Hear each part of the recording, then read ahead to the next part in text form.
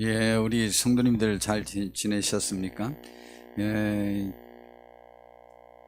오늘 설교 말씀을 지혜와 지식의 근본이라고 하는 제목으로 말씀을 전하려고 하는데요. 제가 요즘 이제 우상에 관해서도 설교하는 중이고, 다음 주 한 번 또 더 해야 되고, 또 얼마 전부터 설교하고 싶었던 내용이 또 있었는데, 그것도 다 뒤로 하고, 오늘 이 말씀을 이렇게 정한 것은요, 저와 우리 교회, 우리 한국교회, 우리 성도님들 모두에게도 지혜가 필요하기 때문이다 라는 생각 때문이었습니다. 왜냐하면 이제 우리의 미래의 삶에 관해서 우리가 예측할 수 없는 불확실성의 시대에 살고 있는데, 그 중에 이 코로나로 인하여 더 불확실해졌어요. 그리고 이제 불안한 감이 우리들의 마음을 엄습하다 보니까 내가 무엇을 어떻게 해야 될는지 굉장히 걱정이 됩니다. 그리고 이제 저희 교회를 제가 이끌려고 하는데도 불구하고, 그런데도 이 금요일 날 오전에 제가 주보를 만들어 놔야 이제 주보를 만들어 갖고 들어가서 이렇게 주보가 제작이 됩니다. 그런데 오후 2시 반에 2시에 또 새로운 발표가, 코로나 정책 발표가 이때잖아요. 근데 그 정책에 따라서 또 이렇게 교회가 변화되는 것이 굉장히 많기 때문에 그 미리 들어가야 되고, 그래서 광고도 제대로 좀 못하잖아요. 그리고 우리 성도님들이 어떻게 할 거냐고 물어보면요, 제가 알아야지. 금방 또 바뀔 거니까. 오늘도 이제 4시 반에 또 발표가 또 있을 거랍니다. 그래서 이제 예상은 서울은 2.5단계로 격상되고, 전국으로 이제 2단계로 격상될 것 같다라고 이렇게 말을 합니다. 그런데 그러한 여러 가지 상황 속에서 우리 미래를 도대체 예측할 수가 없는 거예요. 저는 그때 너무 이것이 답답해서 우리 금요일 날 예배 때는요, 그래서 말씀도 또 역시 못 전하고 저에게 지혜를 달라고, 갈 길을 좀 제시해 달라고 1시간 반 동안 우리 같이 기도회로 이렇게 진행하기도 했습니다. 오늘도 그러한 마음으로 정말 저에게도, 우리에게도, 한국교회에도, 우리나라에도 지금 뭐 정부는 더 갈팡질팡하는 것 같으죠. 정치가 정말 혼란스럽습니다. 굉장히 혼란스러운 지금 시대를 맞이하고 있습니다. 그러한 상태에서 우리 과연 어떻게 되나, 코로나가 진정되나 했더니 환율이 갑자기 너무 급격해, 그 미국 달러 가치가 그렇게 되는 바람에 지금 우리나라 경제가 굉장히 어렵게 생겼습니다. 그 수출을 우리는 주력으로 하는 나라인데 지금 뭐 그나마 그것으로 견디고 있었는데, 그 주력 기업들의 타격이 뭐 보통 클 게 아닙니다. 그럼 한국 경제 전체에 미치는 영향이 너무 크고 지금 심각한 상태에 도달했습니다. 성도 여러분, 답답하고 힘들 때, 무엇을 내가 어떻게 해야 되는지 결정하지 못할 때 우리 성도님들은 어떻게 하십니까? 저는 기도합니다. 하나님 좀 알려주세요. 그러면 하나님이 한 번도 저에게 말씀해 주신 적 없어요. 정말 신기한데요, 한 번도 말씀해 주신 적이 없어요. 그래도 저는 매번 기도합니다. 매번 기도하고, 하나님 어떻게 해야 돼요? 어떻게 해야 돼요? 어떻게 해야 돼요? 그렇게 기도합니다. 그리고 또 굉장히 어려울 때는 또 잠언을 제가 읽어봅니다. 잠언은 솔로몬 왕이 쓴 것입니다. 근데 잠언은 다른 말로 바꾸면 금언집, 격언집, 교훈집이라는 뜻입니다. 이 세상에서 제일 지혜로웠다고 하는 솔로몬 왕에 의하여 하나님 말씀을 전하게 한 거예요. 그리고 이제 같은 인생에 대해 논한 전도서가 있습니다. 그것도 역시 솔로몬 왕이 썼습니다. 전도서는 특별히 젊은이들에게 아주 주는 교훈입니다. 물론 이제 잠언서도 젊은이들에게 더 많이 주는 교훈이지만, 제가 위기를 만났을 때, 분쟁에 휩싸였을 때는 꼭 저는 잠언집을 읽습니다. 교회에 무슨 문제가 있다든가, 밖에서 다른 사람들과의 관계 속에서 문제가 생기면은 저는 잠언을 읽으면서 그곳에서 나의 처신, 또 여러 가지 것들에 관하여 돌이켜보고 그러면서 기도합니다. 오늘 이 시간 하나님의 지혜가 필요해서 오늘 말씀을 이렇게 급히 이 말씀으로 정해서 다른 말씀을 잠깐 쉬고, 하나님의 지혜가 필요한 이 시대에 하나님이여 우리에게 지혜를 좀 주시옵소서 라는 마음으로 제가 기도하는 마음으로 이 말씀을 준비했습니다. 솔로몬 왕은요, BC 973년부터 933년 40년 동안 왕위에 있었던 사람입니다. 그러니까 지금으로부터 약 3000년 전 사람입니다. 그리고 솔로몬 왕이 어떤 사람인지에 관해서 우리 다 알고 있죠. 이 세계에서 누가 제일 지혜로웠느냐라고 했을 때요, 뭐 아무도 별로 염려하지 않고 고민하지 않고 금방 말합니다. 누구? 솔로몬 왕입니다. 예, 솔로몬 왕은요, 책도 정말 많이 썼고요, 여러 가지 모든 부분에 너무 많은 그 논의하고 그 과학적 지식이, 학문적 지식이 있었던 사람입니다. 지혜.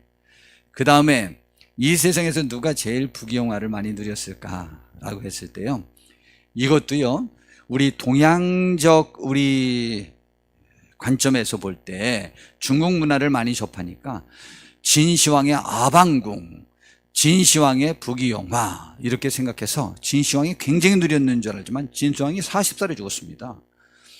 그렇기 때문에 진시황은요, 중국 처음으로 전국을 통일한 제국 황제가 됐거든요. 그랬지만 평생에 그것을 누려보지 못하고 죽었습니다. 평생 불안한 가운데 전국 어디에서든 반란이 일어날 것이라고 생각해서 그가 전국을 통일한 다음에 전국을 순회하다가 인생 끝냈습니다. 참 불행한 사람. 그래서 우리는 이제 중국 문화를 배경으로 할 때는 진시황이 아닐까 이렇게 생각하는데, 생각하는 분들이 있는데 세계 역사에서는 의견의 소지가 없습니다. 부귀영화를 완벽히 누린 사람, 그럼 그건 솔로몬 왕입니다. 세계 역사가들은요, 거침없이 솔로몬 왕입니다. 그래서 세계 역사서에도 그냥 부귀영화 그러면 그것도 솔로몬 왕입니다.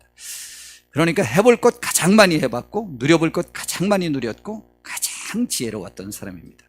한 가지만 좀 더 말씀드리면서 솔로몬 왕이 어떤 사람인지 관해서, 솔로몬 왕이 우리는 처첩을 많이 거느려서 굉장히 방탕했던 사람이다라고 생각하고 있는데, 어떤 학자의 견해를 저는 동의합니다. 솔로몬 왕의 오늘 이제 우리가 살펴볼 건데, 그의 지혜는 그 방탕한 것을 전혀 권하지 않습니다. 그런데 솔로몬 왕이 다 해봤는데 처첩이 많았지만은 그 처첩을 뒀을 때 그 처첩 중에 굉장히 대다수가 다른 나라의 공주들과 결혼을 한 것입니다. 그 정략 결혼이죠. 그런데 솔로몬 왕은요, 그때 당시에 그 주변 모든 국가들 중에서 가장 강력한 나라였거든요, 이스라엘 나라가. 그렇기 때문에 각 나라들이 이 이스라엘 나라와 조약을 맺기를 원하는데, 조약을 맺는 것을 허락한 것으로 자신의 딸을 아내로 맞이하는 것으로 그때는 그런 정략 결혼을 했다 이 말이죠. 그렇기 때문에 특별히 공주들의 처첩이 많았던 거예요. 그래서 애굽의 공주와도 노고의 공주와도 그렇게 했는데, 잘못은 그들의 나라에서 섬기던 신을 예루살렘 성 안에서 섬길 수 있도록 허락한 것이 잘못이죠. 그건 잘못이지만 방탕한 생활을 굳이 살았던 왕은 아니다, 이렇게 생각하고 오늘 이 말씀을 접해보면 좋을 것 같습니다. 자, 솔로몬 왕을 준 잠언과 전도서를 중심으로 해서 제가 하도 답답하니까 이제 이번에도 전도도 해야 되는데 전도를 지금 해야 되나 말아야 되나, 이제 주일 저녁 예배를 드려야 되나 말아야 되나, 별 고민이 많습니다. 왜냐하면 우리 안전해야 되니까.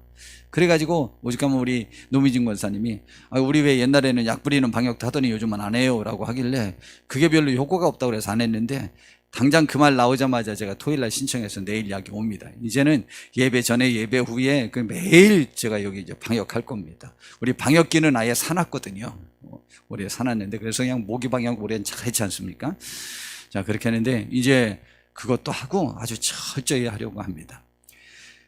자, 우리 앞날 잘 모를 때 하나님이 필요합니다. 오늘 그 말씀을 우리를 드리려고 할 테니까, 우리가 정말 힘들고 어려울 때, 갈 바를 알지 못할 때 하나님의 지혜가 우리들 속에 오늘 함께 할 수 있는 축복이 있기를 정말 바랍니다.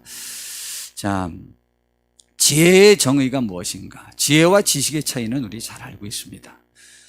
지식이 아무리 많아도 그것이 사실은 지혜로운 사람이 아닐 수 있습니다. 제가 이제 자주 말씀드리는데, 여러분, 지식이 많고 물질이 많고 지위가 높고 자기와 관계된 사람들이 그러한 영향력 있는 사람들에게 또 영향력을 미칠 수 있게 되고, 또 그런 다음에 여러 가지 것들을 성취하게 되면은요, 놀랍게 그 사람이 냉철하고 판단력 있는 사람으로 변하는 것이 아니고 그 다음부터는 감정적으로 변합니다. 제가 보니까 그런 것 같아요. 그래서 그 사람들이 결정할 때는요 옳고 그름에 관한 가치 판단을 따르는 훌륭한 사람이 있는데, 이렇게 많은 것들이 갖춘 사람이 훌륭하기는 굉장히 어렵습니다. 왜냐하면 자기들이 자기 마음대로 모든 것을 할 수 있는 것이 통했기 때문에 결정은 감정대로 합니다. 그래서 중요한 결정을요, 논리와 이성, 양심, 그런 신앙 이런 것에 의해 판단하지 않고 비유에 거슬리면 끝장이에요. 모든 사람과의 관계도 다 끝나버립니다. 다 감정의 지배를 받아요. 그러므로 많은 지식, 많은 정보가 그를 지혜롭게 하지는 못합니다. 지혜는 정말 하나님이 주셔야 복된 생명의 길로 갈 수 있는 거예요. 그 지혜를 우리 오늘 한번 좀 어떻게 하면 찾을까? 제가 하도 답답해서 오늘 설교 제목을 이렇게 정하고 이런 말씀을 전하는 거예요.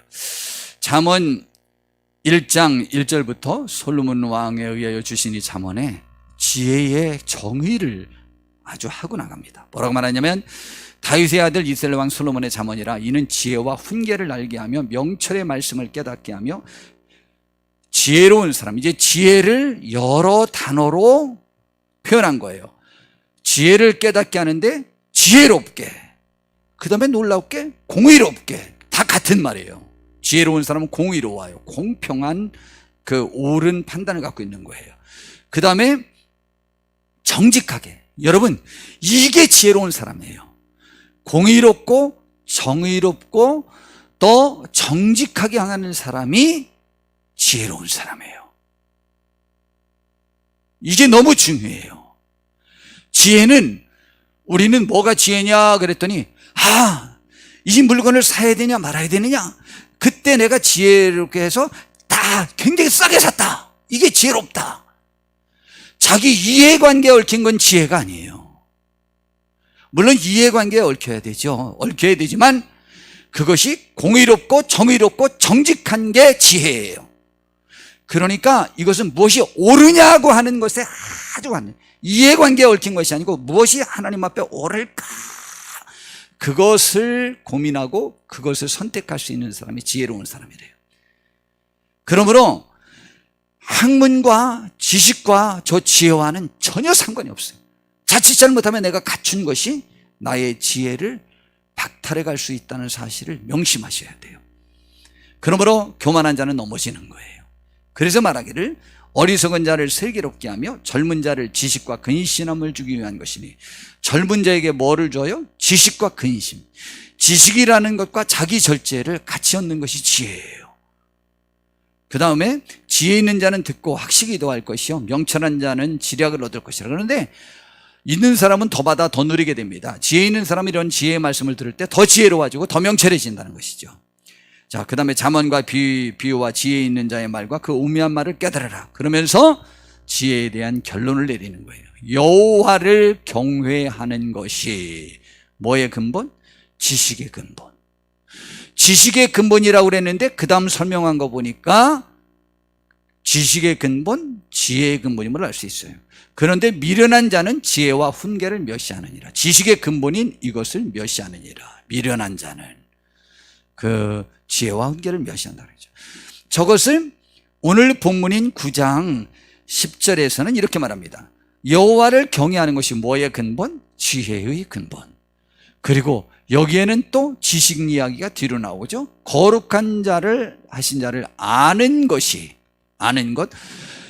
또 1장 우리 7절에서는 여호와를 경외하는 것이 지식의 근본. 여기는 그분을 아는 것이라고, 지혜의 근본이라고 하면서 뒤에는 아는 것이라고 말하잖아요. 위에는 지식의 근본이라고 하면서 그 다음에 지혜가, 그게 지혜라는 것이라고 말하고 있고, 또 여기는 지혜의 근본이 여호와를 경외하는 것에 있다고 하고, 그 다음에 여호와를 아는 지식, 그것이 그 지혜의 근본이라고 말하는 것이죠. 그것이 바로 명철이니라. 그럼 뭐냐? 여기에서 여호와를 아는 것이라고 더 말하지 않고 그분을 경외하는 거예요. 아는 것에서 한 발 더 나아가 그분을 경외할 줄 아는 사람이 지혜와 지식의 근본을 지닌 사람이다. 하나님은 천지 창조자니까 지식과 지혜의 창조자예요. 그러니 그분을 아는 것, 알고 그분에 걸맞는 대우를 해서 그분을 경외하는 것인데, 경자가 무슨 경자래? 제가 자주 말했는데 경자가 공경경자이기도 하죠. 근데 공경이 무슨 경이냐? 공이 두려워할 공자거든요. 경자가요, 두려워할 경자와 함께 그 섬기는 경, 공경경자예요. 그러니까 그 의미가 같이 있어요. 두려운 마음으로, 외자는 두려워할 외자예요. 하나님을 대수롭지 않게 여기는 게 아니고 대단한 귀중한 능력 있는, 혹은 나를 죽일 수도 있고 살릴 수 있는 전권을 쥔 분으로 그분을 두려워하면서 섬기는 자세를 경외라고 그래요. 여호와를 경외하는 것이 아까 1장과 9장 말씀을 종합을 하면 지혜와 지식의 근본인 것이죠. 우리는 여호와를 경외하는 것이 나에게 축복임을 깨닫는 지혜와 지식이 있는 복된 분들 되시기를 바랍니다. 그러면은 이 지혜는 어떻게 하면 얻을 수 있을까? 지혜의 근본이신 예수님, 하나님을, 또한 그분 섬기는 것을 어떻게 하면 알 수 있을까? 잠언 2장에 이렇게 말합니다. 은을 구하는 것 같이 그것을 구하며 감추어진 보배를 찾는 것 같이 그것을 찾으면, 굳이 말하면 우리가 이 세상에서 제일 신경 쓰고 노력하는 것이 뭐냐면 돈 버는 것이에요. 그것 하듯이 하나님을 찾으면, 그것을 찾으면, 진정한 삶의 지혜와 지식을 찾으면 뭘 깨닫느냐? 여호와 경외하기를 깨닫는다. 여러분, 여호와 경외하는 그것이 축복이 됨을 깨닫는 것이 지혜와 지식이에요. 그래서 하나님을 예배하고 섬기는 것에 대한 가치를 우리가 굉장히 찾아야 돼요. 그래서 그 가치에 최선을 다할 때 하나님의 은혜가 우리에게 임하여 지혜와 지식이 우리에게 있게 되는 것이죠. 그러면 그 여호와 경외하기를 깨닫는 것은 또 다른 말로는 하나님을 알게 되는 축복을 얻게 되는 거죠. 대저 여호와는 지혜를 주시며 지식과 명철을 그 입에서 내심이며 그는 정직한 자를 위해 온전한 지혜를 예비하시며 행실이 온전한 자에게 방패가 되시나니, 여기 하나님께서 도와주시는 자가 나와 있어요. 그냥 지혜롭다라고 하니까 뭐가 지혜로운지 우리는 몰라요. 그런데요, 여기 보니까 그는 정직한 자를 위하여 완전한 지혜를 예비하시고 행실이 온전한 자에게 방패가 되어줘요. 그러니까 지혜 어려운 게 아니에요. 정직하게 사시면 돼요. 행실을 옳게 살면 돼요. 지혜를 순간의 판단, 결정이 지혜라고만 생각하셔서는 안 되는 것이죠. 그렇게 우리 꼭 하시기를 바랍니다. 하나님은 저한테 응답을 안 해주세요. 제가 고3 때 목사는 되고 싶은데 이제 고등학교 2학년 말이었죠. 제가 갈 실력이 안 되는 거예요. 그게 답답하니까 교회 가서 날마다 울었어요. 정말 3개월 동안 하루도 안 빼놓고 하나님 앞에 도와달라고 울었는데, 울면 울수록 나의 못난 점과 부족한 점과 그 갈 길이 막막한 생각만 드는 거예요. 그러니까 매일 울었지. 울어도 하나님은 그 울면 딱 나타나서 뭐 사연아 하면서 뭐 말씀해 주시면 얼마나 좋을까. 하나님은 저에게 진짜 내가 기억이 안 나 잘 그런 게요.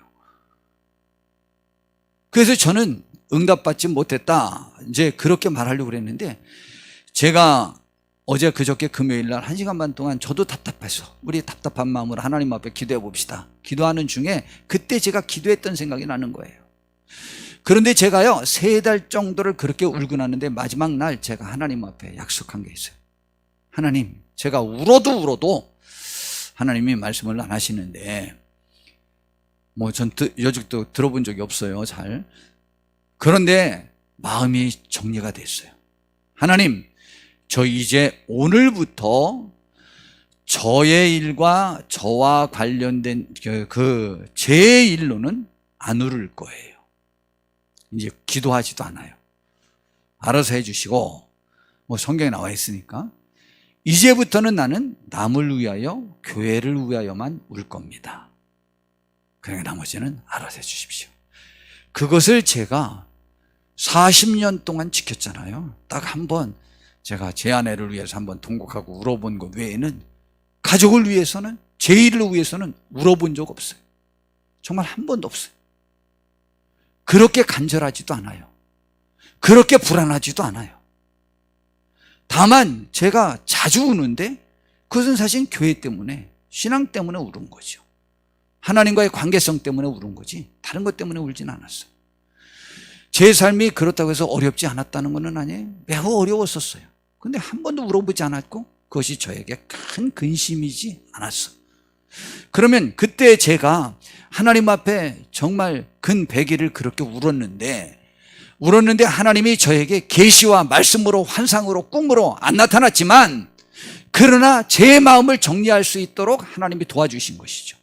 저는 이번 금요일날, 지난 금요일날 기도하면서 그 생각이 너무 드는 거예요. 그렇구나, 하나님이 기도하신 것에 응답하는 방법이 여러 가지라서 그렇지 제 마음이 정리할 수 있도록 저에게 응답해 주신 것이죠. 근데 그것이 지금까지 유지되고 있거든요. 흔들리지 않고 있어요. 변함이 없어요. 저는 언제나 변함이 없어요. 정말입니다. 저 어느 곳에 가면 차비 낼 수도 없고 뭐 할 수도 없고 아무것도 없을 수 있는 상황이 너무 오랫동안 저에게 지속됐었어요. 그런데도 불구하고요, 한 번도 위축돼 본 적 없고 그런 것들 인하여 제가 좌절해 본 적이 없어요. 정말 감사한 일 아니에요? 하나님이 응답해 주신 거지. 그때 제가 100일 정도, 3달 정도를 그렇게 울었는데 울은 것에 대한 결론이 그거였거든요. 제 마음이 정리가 된 거죠. 그리고 그 다음부터 안 울었어요. 상황은 변한 거 하나도 없어요. 그 다음부터도 굉장히 어려웠어요. 그런데도 불구하고 전혀 이제 제 일로는 울지 않게 되었습니다. 그러니까 하나님을 그렇게 찾으면 되는데 지혜는 다른 게 아니라는 거죠. 하나님 경외하기를 찾는 것이 지혜예요. 자, 근데 솔로몬 왕이요, 자기에게도 그런 경험이 있습니다. 열왕기하 3장에 보니까 그가 이제 왕이 되었어요. 왕이 되었는데요, 다윗 왕이 다윗 왕처럼 훌륭한, 성경 전체에서 제일 훌륭한 사람 중에 한 사람이 다윗 왕이에요. 그런데 그가요, 전쟁에 한 번도 져본 적이 없는 사람이에요. 그런데요, 그가 해결하지 못한 사람이 있었어요. 왕의 그 쟁탈전을 해결 못했어요. 왜냐하면 아도니아가 맏형인데 맏형이 자기가 끝까지 왕이라고 고집부리고 있어요 지금. 그런데 그것을 솔로몬에게 남겨두고 갔어요. 그 다음에 자기가 죽여야 하는 데는데 자기가 죽일 수가 없었던 사람이 있었어요. 그 요압 장군, 그 다음에 시므이.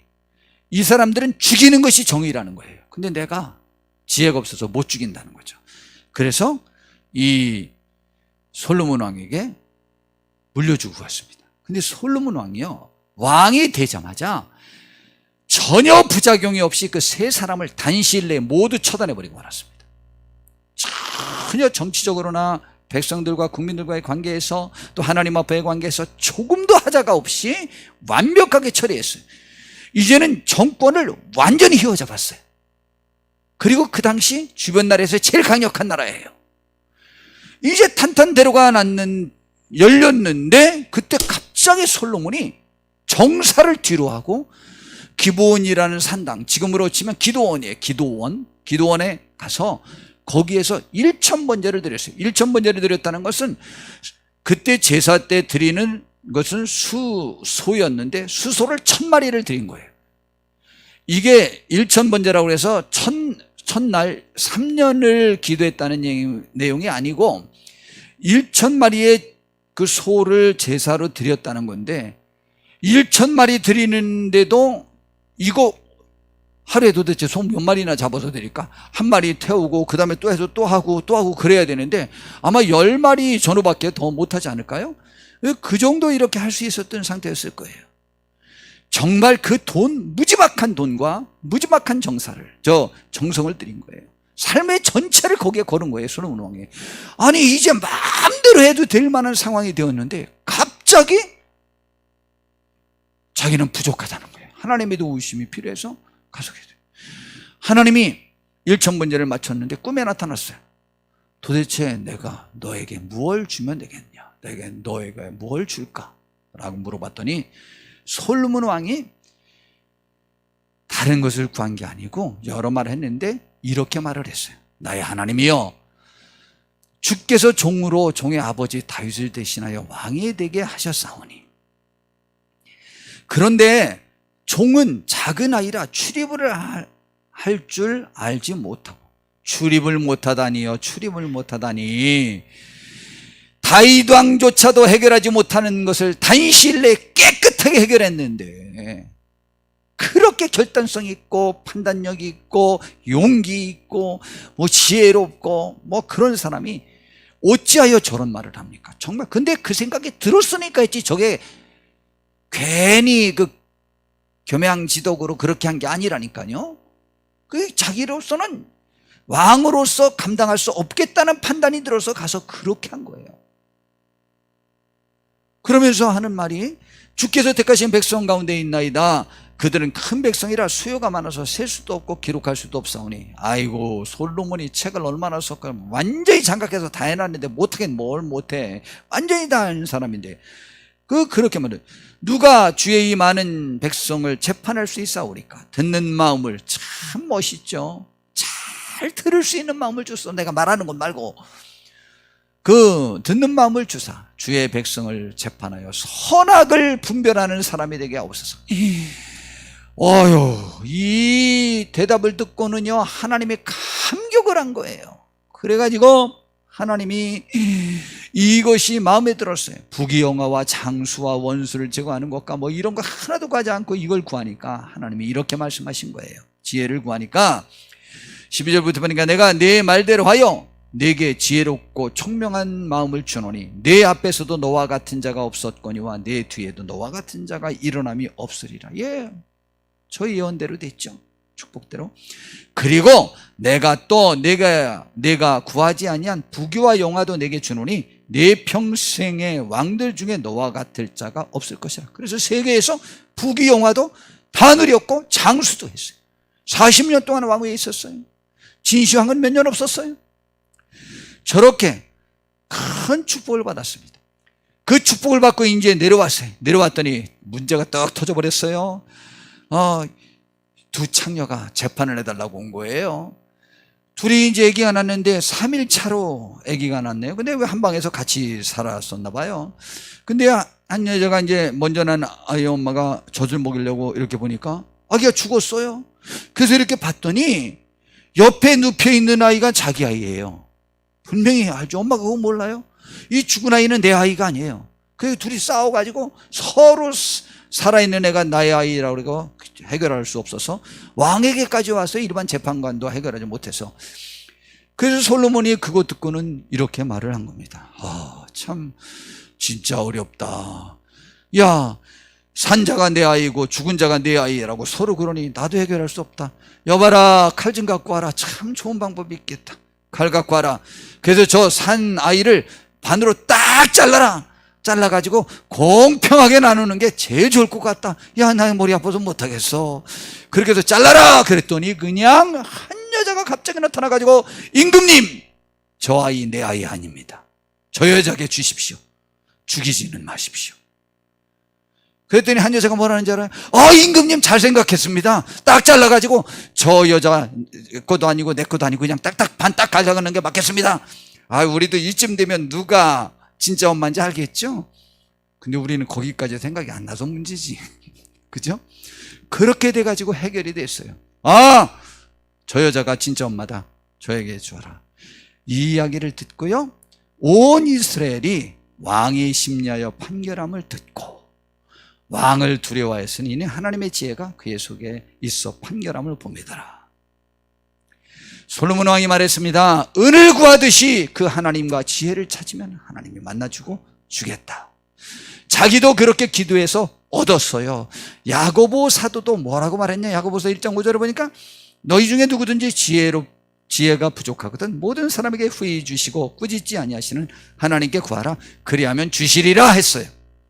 우리도 지혜를 하나님께 구하여 지혜를 얻어서 정직하게 옳게 사는 데에 부족함이 없는 복된 사람들 되길 바라고, 하나님 경외하는 것에 대한 축복을 깨닫는 우리가 되기를 진심으로 바랍니다. 그럼 지혜로운 사람은 어떤 사람인가요? 선행을 행하는 사람입니다. 야고보서 1장 5절에 지혜를 구하면 주신다고 그랬잖아요. 근데 3절에 뭐가 지혜인지에 관해서, 3장에 무엇이 지혜인지에 관해서 13절부터 말씀해 주시는데, 너희 중에 지혜와 총명이 있는 자가 누구냐? 그럼 지혜와 총명을 얻은 사람은 누구냐? 이렇게 하는 사람이 지혜와 총명이 있는 사람이래요. 선행으로 말미암아, 선행을 하는 사람이 지혜로운 사람이에요. 지혜의 온유함으로 그 행함을 보일지니라. 그 다음에 그러나 너희 마음속에 독한 시기와 다툼이 있으면 자랑하지 말라. 이 사람은 지혜롭지 못한 사람이라는 것이죠. 진리를 거슬려 거짓말하지 말라. 이러한 지혜는, 진정한 지혜는 위로부터 내려온 것이 아니요, 이러한 그 다투고 그렇게 하는 것은, 시기하는 것은 하나님이 주신 지혜가 아니라는 거죠. 땅 위의 것이요, 정욕의 것이요, 귀신의 것이라고까지 말했습니다. 시기와 다툼이 있는 곳에는 혼란과 모든 악한 일이 있습니다. 그러므로 우리는 삶 속에서 지혜로운 사람은 무엇이냐? 내가 원수를 팍 물리칠 수 있는 지혜를 주세요. 그건 지혜가 아니라는 거죠. 욕심이지, 시기지, 다툼이지, 악한 거지, 귀신이지. 우리는 어떤 것이 정직하고 어떻게 선을 행할 수 있는 것인가? 성경에는 원수도 사랑하라고 그랬으니까 내 원수도 사랑할 수 있는 마음을 달라고 하는 것이 지혜지. 그게 이제 지혜라고 하는 것이죠. 그러면서 오직 위로부터 난 지혜는 뭐냐? 첫째, 성결하고 죄짓지 않는 걸 말하는 거죠.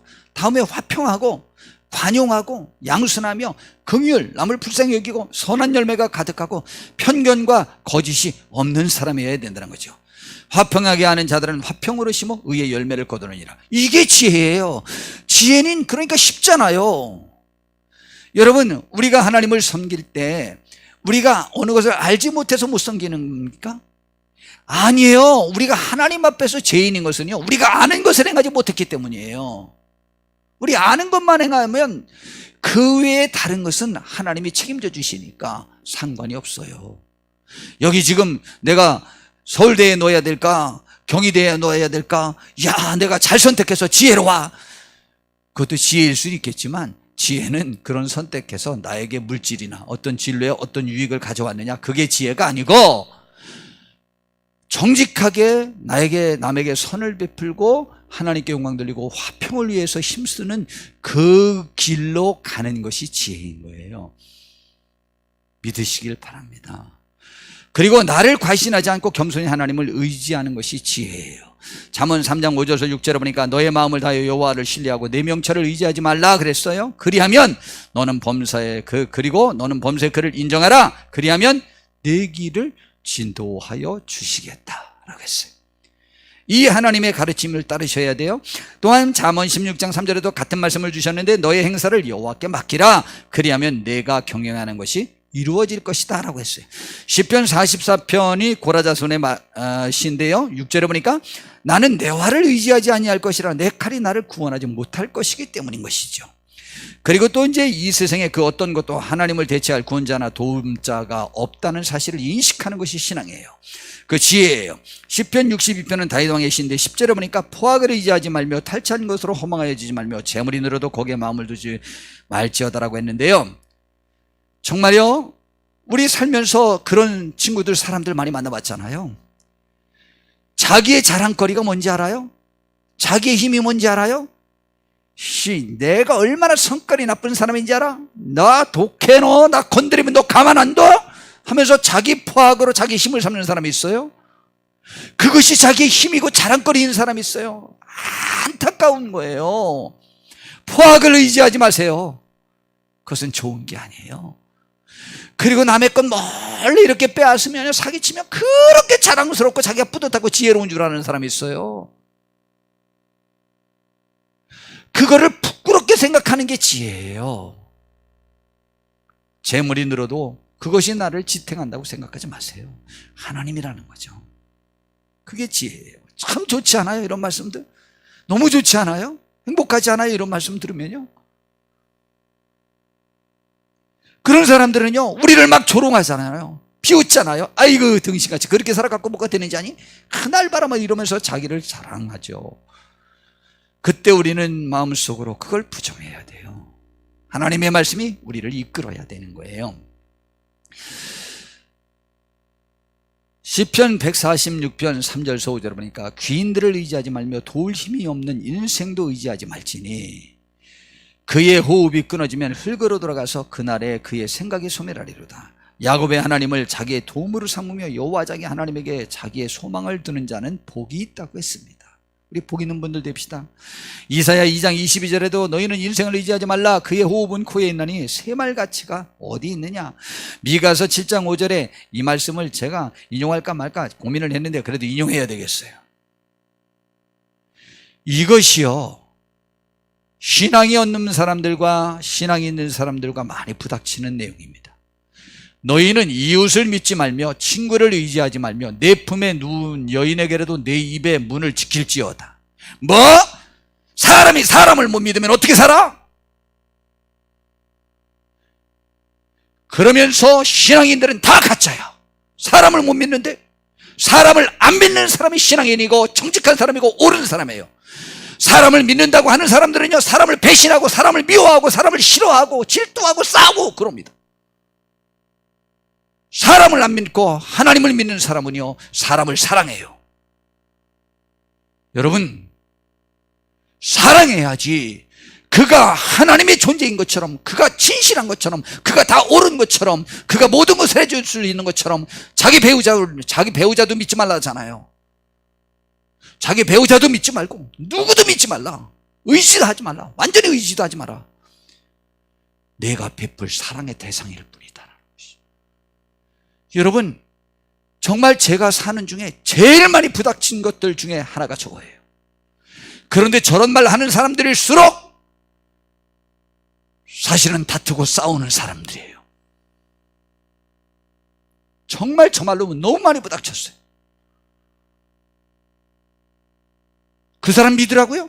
날 믿으라고 하는 사람은 10점 팔고 사기꾼입니다. 여러분, 다단계 하는 사람들이 얼마나 사기를 많이 칩니까? 왜 못 믿느냐고. 그리고 의심하면요 막 몰아붙입니다. 그렇게 사람을 못 믿냐고. 그래서 믿었다가는요 재산 다 날리고 나 인생 완전히 망쳐집니다. 여러분, 많이 갖춘 사람은 나를 믿으라고 잘 하지 않아요. 그러나 안 갖췄으니까 믿으라고 말해서 사기칩니다. 하나님만 의지하세요. 이게 지혜예요. 정말 지혜입니다. 정말 지혜입니다. 이게 하나님을 의지하세요. 잠언 25장 19절 말씀, 오늘 이 말씀을 준비하면서 깊이 제 마음속에 있었던 겁니다. 평화 시에는 내가 좀 선택을 잘못하고 판단을 잘못해도 나에게 타격이 그리 크지 않아요. 잘 나갈 때는. 그러나 어려울 때는 한 번 잘못하면 큰일 납니다. 그래서 환난 날에 진실하지 못한 자를 의뢰하는 것은 부러진 이와 위골된 말이니라. 이빨이 부러졌는데 뭘 먹을 수 있어요? 우리는요 탈골되고 뛰지 못하는 말을 의지하고 있다가 환난 날에 그거 타려고 했다면 큰일 납니다. 그런 거와 마찬가지예요. 여러분, 영원히 진실한 분, 변하지 않는 분은 하나님이에요. 그분밖에 없어요. 그분을 의지할 줄 아는 게 지혜인 것이죠. 여러분, 환난 날에는 주님께 매어 달려야 돼요. 너무 다른 데에 도움이 있는 줄 알고 많은 시간들을 허비하지 마세요. 헛된 일을 구별할 줄 아는 사람이어야만 합니다. 전도서 위에 있는 내용을 이제 살펴보려고 하는데요, 가장 지혜로웠고 부귀영화를 누려봤던 사람, 안 해본 것이 없는 사람, 그 솔로몬 왕이 젊은이들에게 인생의 정의를, 전도서는 젊은이들에게 특별히 준 말씀인데 1장 1절과 2절에 이렇게 말합니다. 다윗의 아들 예루살렘 왕 전도자의 말씀이라. 전도자가 이르되 헛되고 헛되며 헛되고 헛되니 모든 것이 헛되도다. 솔로몬 왕이 해본 모든 것이 다 헛되다는 거예요. 뭐가 헛되냐? 내 지혜도 과신하면 헛됩니다. 전도서 1장 16절부터 보니까 내가 내 마음속으로 말하여 이르기를 보라 내가 크게 되고 지혜를 더 많이 얻었으므로 나보다 먼저 예루살렘에 있던 모든 사람보다 낫다 하였나니 내 마음이 지혜와 지식을 많이 만나보았음이로다. 솔로몬 왕이 볼 때 역사 중에 지금까지 자기 역사 중에 자기보다 더 지혜롭고 지식이 많았다고 하는 사람을 내가 사실을 뽑을 수 없다. 내가 제일 지혜롭고 지식이 많다는 사실은 인정한다. 그런데 내가 다시 지혜를 알고자 하며 미친 것들과 미련한 것들을 알고자 하며 마음을 썼으나 평생 마음을 썼는데 이것도 바람을 잡으려는 것인 줄을 깨달았도다. 그것도 어때더라. 지혜가 많으면 번뇌가 많으니 지식을 더하는 자는 근심을 더하느니라. 근데 자기가 평생 동안 근심했나 봐요. 그 다음에 즐거움도 헛됨을 알아야 됩니다. 즐거움에 있어서는 또 이를 따를 자가 없잖아요. 그래서 전도서 2장 1절에 자기가 말합니다. 나는 내 마음에 이르기를 자 내가 시험 삼아 너를 즐겁게 하리니 너는 낙을 누리리라 하였으나 보라 이것도 헛되도다. 그리고 24절부터 보니까 사람이 먹고 마시며 수고하는 것보다 그의 마음을 더 기쁘게 하는 것이 없나니 내가 이것도 본즉 하나님의 손에서 나오는 것이로다. 그냥 자기가 수고한 것으로 만족하면서 사는 사람이 복이다. 근데 이것도 아무나 그 복을 못 누리더라. 어떤 사람은 그냥 끝까지 찢고 먹다가 죽더라. 아 먹고 즐기는 일을 누가 나보다 더해 보았으랴. 솔로몬 왕보다 더해 본 사람이 없거든요. 하나님은 그가 기뻐하시는 자에게는 지혜와 지식과 희락을 주시나 죄인에게는 노고를 주시고 그가 모아 쌓게 하사 하나님을 기뻐하는 자에게 그가 주게 하시지만 이것도 헛되어 바람을 잡는 것이로다. 악한 사람들이 자독 욕심 부리고 움켜쥐더니 나중에는 자기가 하나도 사용하지 못하고 선한 사람들에게 모두 다 주게 되는 경우가 있더라. 그 다음에 세상에 악이 많아도 너무 이상하게 생각하지 말아야 하는 것이 지혜랍니다. 근데 저는 여기에 자주 걸려요. 저는 전도서 3장 16절에 보니까 이렇게 말합니다. 또 내가 해 아래에서 보건대 재판하는 곳 거기에도 악이 있고 정의를 행하는 곳 거기에도 악이 있도다. 저는 이거는 알아요. 그래서 이것 때문에 그렇게 많이 상처는 받지 않아요. 재판관들 정치인들 뭐 다 하죠. 그럼 뭐 저는요 저도 또 저보다 더 나은 것 같아. 정치인들이 가만히 보면은요. 그런데요 전도서 5장 8절 말씀에 제가 자꾸 상처를 받아요. 이런 것에 너는 어느 지방에서든 빈민을 학대하는 것과 정의와 공의를 짓밟는 것을 볼지라도 그것을 이상히 여기지 말라. 높은 자는 더 높은 자가 감찰하고 또 그들보다 더 높은 자들도 있다는 것을 알아라. 그런데 저는요 무엇이 상처받느냐, 없는 사람이 없는 사람을 학대할 때가 제가 상처를 받아요. 교회에서도 우리가 남 이렇게 교회에서 무시하고 그러면 안 되잖아요. 그럼 제가 엄청 상처를 받아요. 그 상처는 저를 오래가게 만들어요. 그래서 일평생 제일 큰 상처받은 것도 불량아들, 정신지체인 그 거지들, 그들이 더 힘약한 사람을 괴롭히는 걸 보고 제가 상처를 제일 많이 받았어요. 그들끼리는 도와야 되지 않냐? 더 못 도와요. 더 못 도와. 근데 세상은 그런 거다. 그거에 너무 그러지 마라. 근데 저는 간혹은 그것이 저를 굉장히 깊은 그 힘듦을 가져오게 만들어요. 벗어나려고 노력은 합니다. 자, 그 다음에 지혜로운 사람은 어떤 사람이냐? 죽음을 생각해야 돼요. 그래서 지혜로운 사람은 전도서 7장 2절부터 보니까 초상집에 가는 것이 잔치집에 가는 것보다 낫고 모든 사람의 끝이 있어 이와 같이 됨이라. 산자는 이것을 그의 마음에 두는 사람이 종거라는 거예요. 그래서 슬픔이 웃음보다 나음은 얼굴에 근심하는 것이 마음에 유익하기 때문이라. 영혼도 살릴 수 있죠. 지혜자의 마음은 초상집에 있으며 우매한 자의 마음은 혼인집에 있느니라. 우리는 마시고 춤추고 먹고 하는 것들에만 관심 갖지 말고 우리의 죽음, 인생의 끝을 돌이켜보라. 정직이 지혜입니다. 이게 좀 제가 아주 강력하게 좀 말씀을 전하려고 합니다. 전도서 7장 28절부터 있는 말씀인데요. 내 마음이 솔로몬 왕이 내 마음이 했을 때는 솔로몬 왕이지만 하나님입니다. 내 마음이 계속 찾아보았으나 아직도 찾지 못한 것이 이것이라. 뭘 못 찾았냐? 1000사람 가운데서 한 사람을 내가 찾았는데 보통 1000사람 중에 한 사람만 있더라. 뭐가? 정말 지혜로운 사람. 찾았으나 이 모든 사람 중에서 누구는 한 명도 없다. 여자는 한 사람도 찾지 못했다. 하나님의 말씀이에요. 정당한 지혜를 그나마 하나님을 경외하는 것, 그것이 지혜와 지식의 근본, 그것만 있으면 된다 라는 것을 깨달은 사람이 남자 중에는 그래도 1000명 중에 한 명이 있대요. 근데 여자는 하늘 아래에 없대요. 여자 성도님들 어떻게 생각하십니까? 저는요 절대 공감합니다. 그러면서 무엇이 지혜로운 사람이냐? 내가 깨달은 것은 이것이다. 왜 남자 중에는 1000명이 하나 있고 여자 중에는 하늘에 하나도 없냐? 곧 하나님은 사람을 정직하게 지으셨으나 사람이 많은 깨들을 낸 것이라. 대표적인 예가 하와가, 아내들이 남편을 무식하다고 미련하다고 지혜가 없다고 그렇게 몰아붙이지만 하나님은 그렇게 말하는 여자 중에 지혜 있는 여자를 역사 이래로 한 명도 못 본 거예요. 여자들은 주변을 잘 살피는 듯합니다. 그러다 보니까 위선적이에요. 가식적이에요.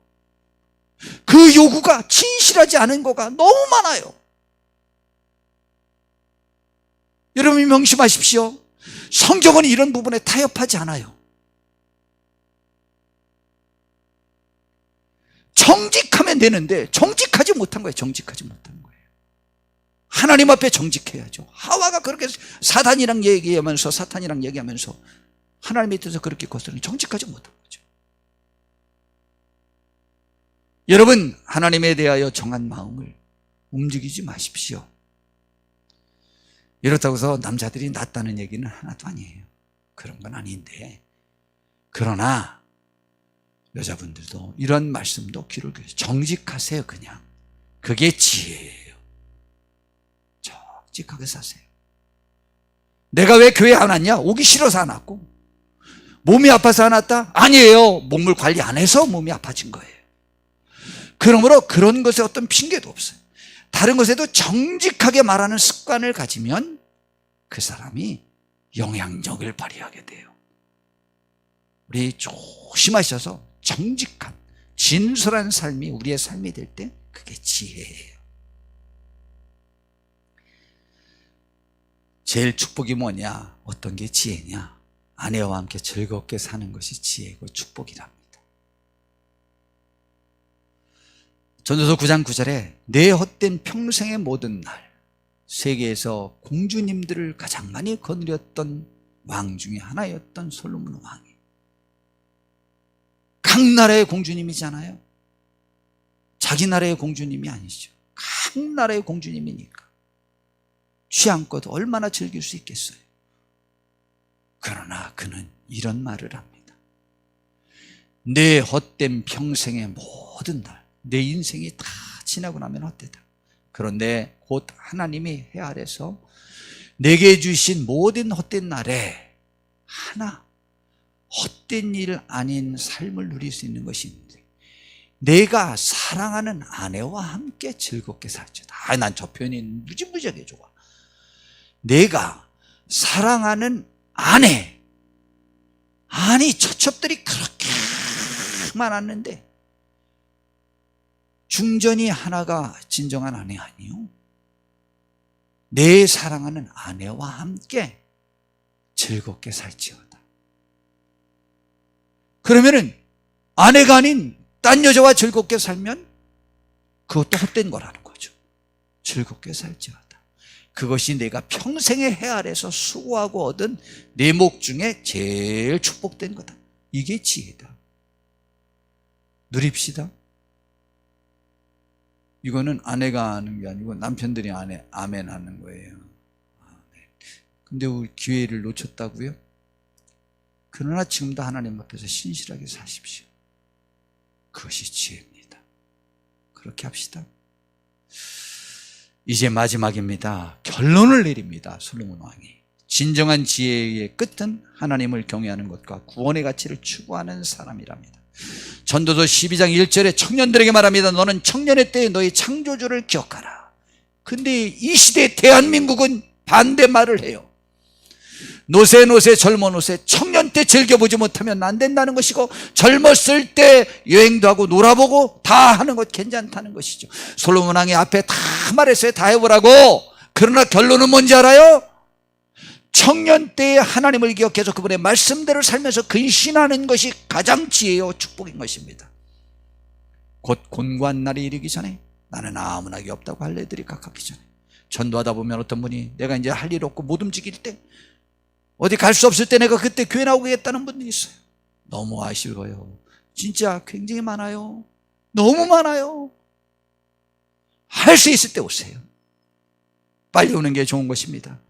그러면서 결론으로 이렇게 말합니다. 전도서 12장 13절 14절에 일의 결국을 다 들었으니 내가 이제 별 이야기를 다 했지 않냐. 다 들었는데 하나님을 경외하고 그의 명령들을 지킬지어다.